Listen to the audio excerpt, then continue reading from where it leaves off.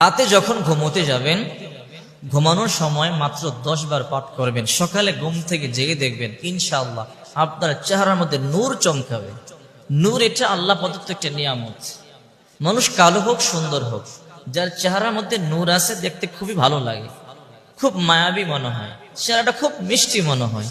আর যার চেহারার মধ্যে নূর নাই দেখতে ভালো লাগে না। এটা কালো মানুষ, চেহারায় নূর আছে দেখতে খুবই ভালো লাগে। এটা সুন্দর মানুষ, তার চেহারার মধ্যে নূর নেই, দেখতে ভালো লাগে না, কেমন যেন ফ্যাকাশে ফ্যাকাশে মনে হয়। একবার দেখলে দ্বিতীয়বার তাকাইতে মনে হয় না।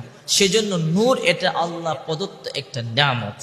সূরা ইনফিতরের 5 নম্বর আয়াতে আল্লাহ পাক রব্বুল আলামিন বলেন, ফি আই সূরাতিন মা শাআ রাক্কাবাক, যিনি তোমাকে তার ইচ্ছে মতো আকৃতি দান করেছেন। কাউকে আল্লাহ কালো বানিয়ে আল্লাহ খুশি হয়েছেন, কাউকে সুন্দর বানিয়ে আল্লাহ খুশি হয়েছেন।